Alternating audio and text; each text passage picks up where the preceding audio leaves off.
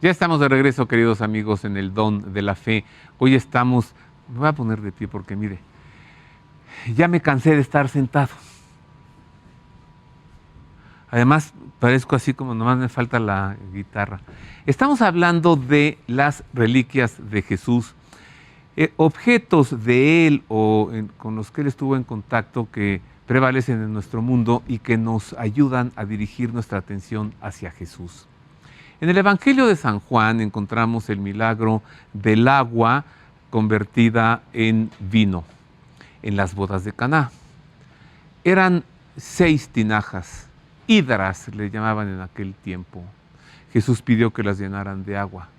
Cuando servían, metían los cucharones al agua y servían vino. Y se asomaban, allá hay agua. Y sacaban vino. Así fue el milagro. ¿Dónde están estas hidras o estas tinajas? Hay varias en el mundo posibles. En la Catedral de Oviedo hay una que ciertamente es una de ellas. Se la muestro enseguida. El primer milagro obrado por Jesús, a pedido de su madre y narrado en el Evangelio de San Juan, es la transformación del agua en vino en las bodas de Caná, en 6 tinajas de 3 asas con capacidad de 100 litros, conocidas como hidrias, que se utilizaban para conservar fría el agua. La aldea de Caná, o Kefer Kená, se localiza en Galilea, a 6 kilómetros de Nazaret. En el siglo VI se edificó una iglesia bizantina sobre los vestigios de la casa en la que se celebró la boda del milagro. A principios del siglo XVI se encontraron los vestigios arqueológicos de la iglesia. En 1879, los frailes franciscanos consiguieron rescatar la primigenia iglesia para edificar la actual entre 1880 y 1905. El magisterio de la Iglesia identifica y celebra 3 epifanías o amplias manifestaciones del Señor: la adoración de los magos, el bautismo de Jesús y el milagro en Caná. Por ende, los primeros cristianos solían llenar tinajas a las que les llamaban hidrias de Caná y tinajas de Epifanía, con el agua que sería utilizada para bautismos y con el agua que se bebería para la celebración del milagro de las bodas de Caná. Para tal efecto elaboraban tinajas de diversos materiales, tipos y tamaños, para las que se empleaba el mismo nombre genérico. Muchos peregrinos llevaron a Europa estas hidrias de Caná como recuerdo, pero con los siglos se llegó a pensar que se trataba de las tinajas en las que Jesús obró el milagro. De estas hidrias, sin considerar que alguna pudiese ser auténtica reliquia, se encuentran varias en diversos lugares: de Italia en Pisa, Rávena, Nápoles, Bolonia, Piacenza, Caserta, Venecia y Brindisi; de Rusia en Moscú; de Bélgica en Tóngeres; de Alemania en Colonia; de Francia en París, Angers, Cluny, Cahors, Beauvois y Orleans; de España en La Coruña y en la Catedral de Oviedo, donde un inventario refiere: en esta iglesia principal se conserva una de las 6 hidrias en las que el Señor transformó el agua en vino. Mide 71 por 62 centímetros y sus características son del siglo I. Así que cuando vaya usted a Oviedo, en España, el antiguo reino de Asturias, pues no deje de entrar a la catedral y busque esta tinaja de las bodas de Caná. Oiga, ¿será posible que Jesús escribió una carta? Sí, hay un historiador que da fe de ello. El rey Abgar le mandó una carta, él estaba enfermo de lepra y oyó que Jesús hacía milagros. El rey Abgar de Edesa, en Siria, y lo invitó para que fuera a su reino y le dijo: ven y cúrame. Y a esta carta que le envió el rey Abgar, Jesús le respondió con otra carta. ¿Quiere usted conocer esto, que además es una historia fascinante? Aquí la tiene. Que Jesús haya escrito una carta es un hecho histórico documentado por el historiador Eusebio de Cesarea en el tomo 1 de su Historia Eclesiástica. Y es también un testimonio histórico de la existencia de la Sábana Santa, llevada personalmente por el apóstol San Judas Tadeo desde Jerusalén hasta Edesa por indicaciones del Señor. Esta carta Jesús la escribió en respuesta a otra que le envió el rey Abagar V, quien gobernó del año 4 al año 50 sobre el reino de Osroene, que tuvo su capital en Edesa, Siria. El texto fiel de la carta del rey Abagar, como lo refiere Eusebio, es el siguiente: Abagar Ucama Toparca, a Jesús, Salvador bueno que se mostró en la región de Jerusalén, salud. He oído acerca de ti y de tus curaciones, llevadas a cabo por ti mismo como si prescindieras de medicinas y de hierbas, pues según la noticia que corre, haces que los ciegos vean y que los cojos anden. Sanas a los leprosos y echas fuera espíritus impuros y demonios. Sanas a los atormentados con enfermedades largas y resucitas muertos. Tras oír esto de ti, creo que hay dos opciones. O eres Dios y habiendo bajado del cielo llevas a cabo estas obras, o puesto que las haces eres el Hijo de Dios. Por esta razón he escrito suplicándote que vengas a mí y me sanes de mi enfermedad. También he sabido que los judíos murmuran contra ti y quieren tu mal. Mi ciudad, aunque pequeña, es responsable y será suficiente para ambos. El texto fiel de la carta con la que Jesús respondió, como lo documenta el historiador, es el siguiente: Bienaventurado si creíste en mí sin haberme visto, pues de mí está escrito que los que me han visto no crean, para que también los que no me han visto crean y sean salvados. Pero acerca de lo que me escribes, que vaya a ti, me es preciso cumplir todo mi cometido aquí, y una vez realizado, sea tomado al que me envió. Mas cuando haya sido tomado, te enviaré uno de mis discípulos para que te proporcione salud y vida a ti y a los tuyos. Cuando el apóstol llegó, Abagar le preguntó: ¿Eres tú en verdad el discípulo de Jesús, el Hijo de Dios, que me dijo: te enviaré uno de mis discípulos, el cual te proporcionará salud y vida? Y Tadeo dijo: porque has creído en gran manera en el que me envió, he sido enviado a ti. Y de nuevo, si creyeres en él, tendrás los ruegos de tu corazón. Luego le mostró la imagen del rostro de Cristo plasmada en la sábana santa que llevaba doblada en 4 partes, y como también refiere Eusebio, le dijo: pongo mi mano sobre ti en su nombre. Y al instante de hacerlo, Abagar fue sanado de su enfermedad y de sus sufrimientos. Ahí tiene usted la carta de Jesús, y fue San Judas Tadeo quien llevó la sábana santa al rey Abagar, y como usted ya vio, pues le desapareció la lepra.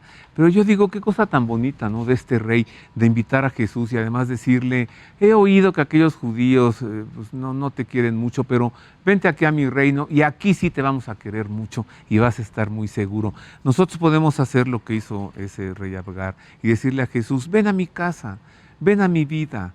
Hay algunos que no te tratan bien, pero yo sí te quiero mucho y quiero que estés conmigo.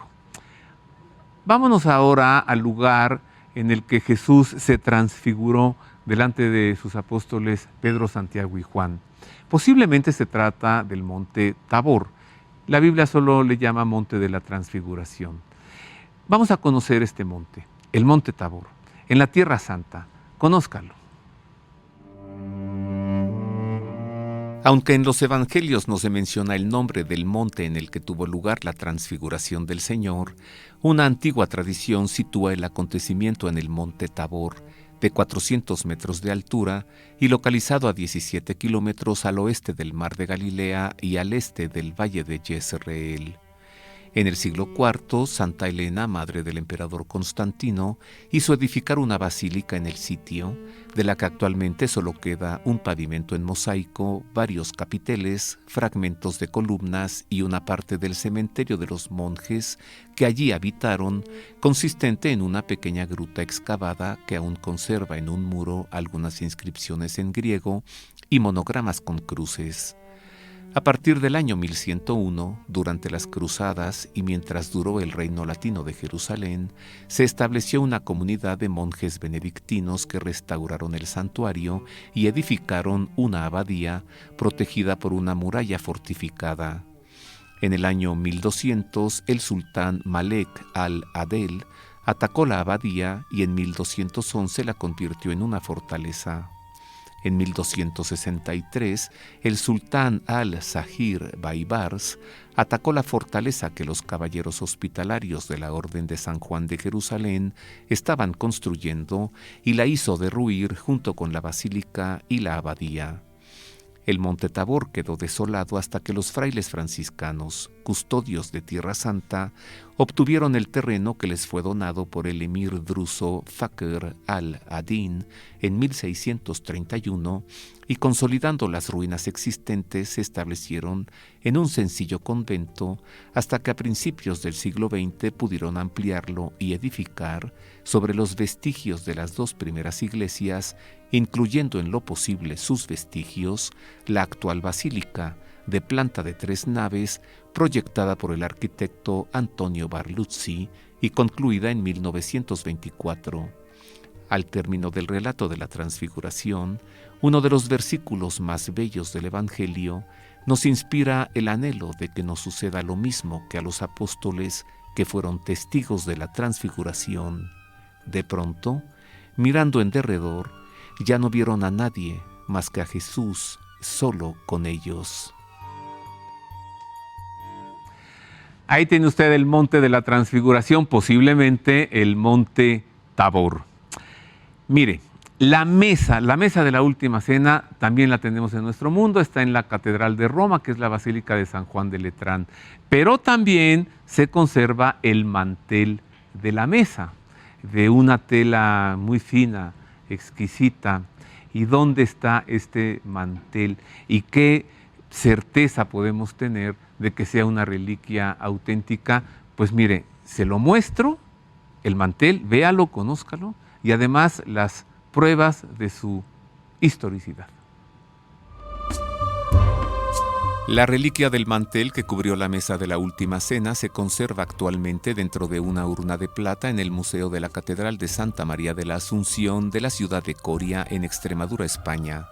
Fueron los caballeros de la Orden del Temple quienes la llevaron consigo a España durante su estadía en la fortaleza templaria de Alconétar. El mantel pasó a posesión del obispo, que por seguridad lo ocultó en la Catedral de Coria hasta que fue descubierto en el siglo XV dentro de un cofre sepultado bajo el piso del presbiterio con ocasión de las obras de restauración que se ejecutaron entre 1370 y 1403, hallazgo del que da fe una bula del Papa Benedicto XIII de 1404. El mantel fue objeto de gran devoción entre 1495 y 1791, pues el día 3 de mayo de cada año era expuesto para su veneración, colgado a manera de pendón en el balcón de la catedral al alcance de los peregrinos que obtenían favores y milagros al tocarlo. En 1960 fue llevado al Museo de Ciencias Naturales de Madrid para ser analizado por un equipo investigador que en 1962 dictaminó su origen en el siglo I. Especifica sus medidas exactas de 4,32 por 0,90 metros, establece que está impregnado con polen acumulado de la región de Palestina, que presenta algunos daños de roturas y desgarros, y determina su composición de lino puro tejido a la manera palestina con adornos en azul índigo, similares a los talit, los mantos de oración judaica, en uno de sus lados. En noviembre de 2006, el mantel fue objeto de un nuevo análisis científico en el que se emplearon técnicas fotográficas de alta resolución bajo diferentes tipos de luz. Se tomaron múltiples fotografías de 10 centímetros cada una y se analizaron al microscopio muestras de polen y de otras partículas de la tela. Oiga, hay que considerar que sobre ese mantel estaba el plato y el cáliz, y que sobre ese mantel el Señor partió el pan y les dijo a los apóstoles: esto es mi cuerpo. Y que sobre ese mantel estaba el cáliz y les dijo: beban, esta es mi sangre. Así que no se trata de cualquier reliquia ese mantel, por si acaso le provocó algo de, risa. Mejor que le provoque simpatía. Hagamos una pausa, regreso con más reliquias. Vamos a irnos al huerto de Getsemaní en Jerusalén, al huerto de los olivos. Vamos a irnos también a ese mismo lugar, porque le quiero mostrar los olivos, los árboles que están allí, y una roca en la que Jesús colocó su pie en su ascensión a los cielos, y mucho más después de esta pausa.